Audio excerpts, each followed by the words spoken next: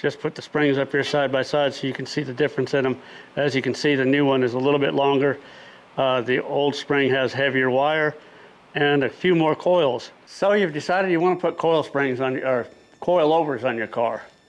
And now that you've got the coilovers on the car, you got the ride height you want, but you're wondering why it rides like an unloaded 5-ton truck. Well, that might be because the coil springs that you put on it actually have a spring rate that's not exactly for a 5-ton truck, but it's pretty close. So I'm going to try to change this thing a little bit, see if I can get the suspension to be a little softer. What I've done is I've set it up to see how much actual spring flex we've got, and I'm going to test how much movement I get out of this tire, and I'm also going to test how it drives, because driving it right now, I really do not like going through construction sites at all.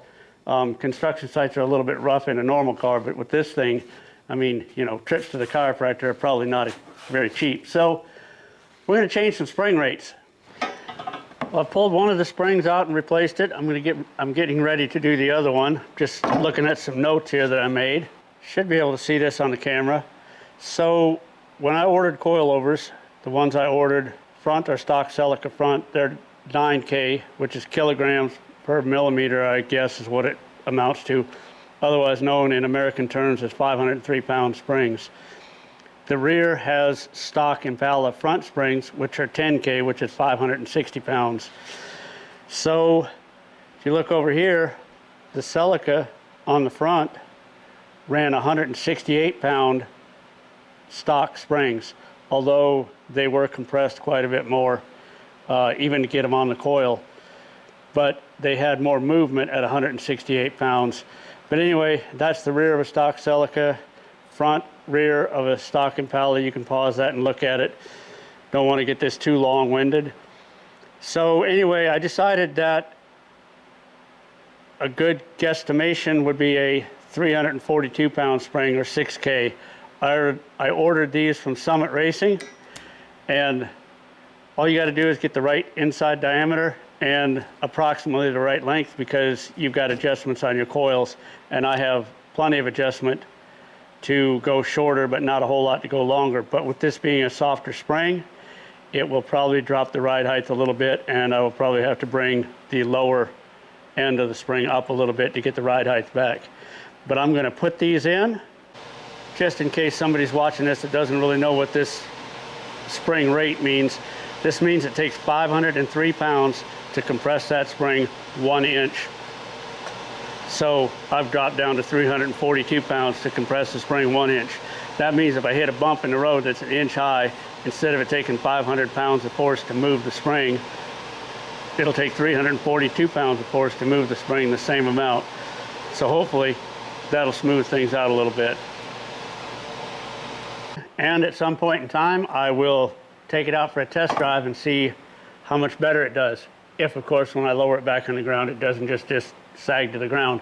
But I doubt that's going to happen, because 350 pounds of spring is still a lot of spring on the front of a car that doesn't even have an engine up front. All that's up there for weight is the fuel tank. So this should soften the ride a little bit. We'll see. While I'm having all this fun here, I suppose I could explain a couple more things.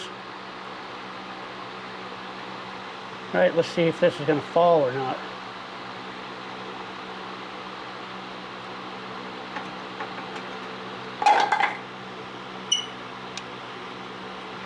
Yep, fell apart.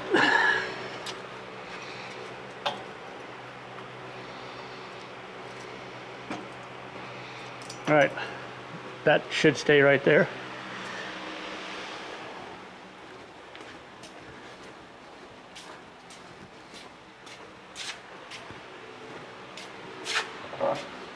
Gonna need a spring to put in it. Anyway, if you soften the spring rate, of course, as the car goes down the road, the tire will go up further into the fender. So if you have fender clearance issues, you just have to stick with the harsh ride. But here's hoping that I don't have any fender clearance issues. As far as I know, I don't. I haven't. And we're not going extremely light on these springs, so this just might work.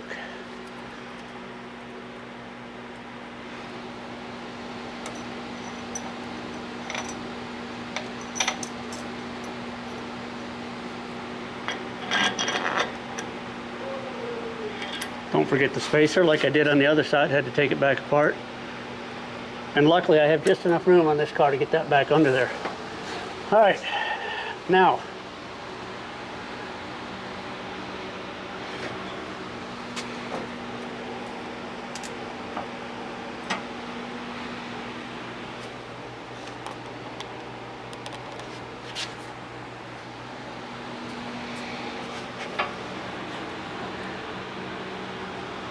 this is a job best done by multiple people, but you know, working by myself here, so I'm gonna do the best I can with it. All right, get that to balance on the jack. Stay.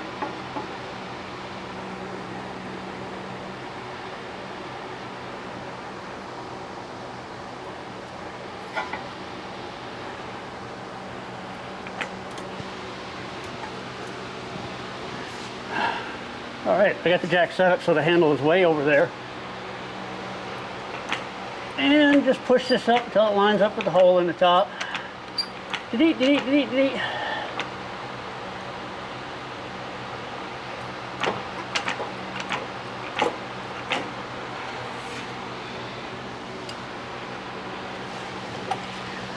And I'm not going to adjust the springs at all for right now. I'm just going to set it on the ground and see what it looks like. It should be fine.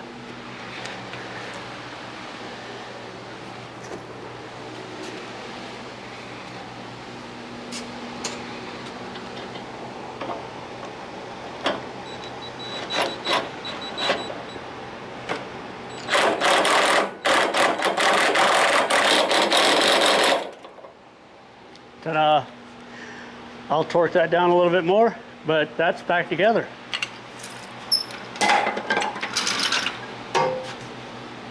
And now for some unscientific, scientific testing. At first I raised the right front tire up 4 inches and I found that to be too high. It actually bottomed out the shock.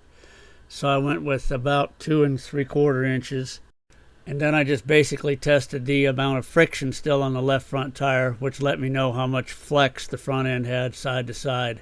First test is with the 9K spring, 500 pound, and the second one is with the 6K 350. Redoing the test with only a 2x4 and the deck board underneath the front tire.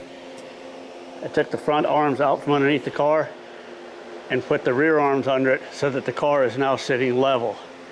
And with only that much lift on the right front tire, the left front tire, a little harder to rotate, but I can still rotate it.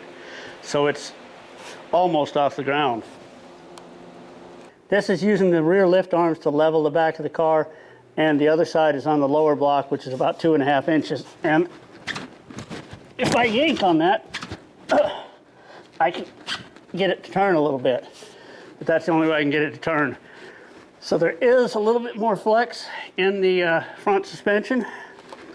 So there is a little bit more flex in the front suspension. As you can see, I've got the arms under the back to get the back end of the car up and level. And by yanking on this, I mean yanking on this hard to get it to move at all. So that means now the front end can go up that 2.5 inches, and this tire will still actually have some weight on the ground. So the only thing to do now is take it out, test drive it, and see if it still rattles my teeth.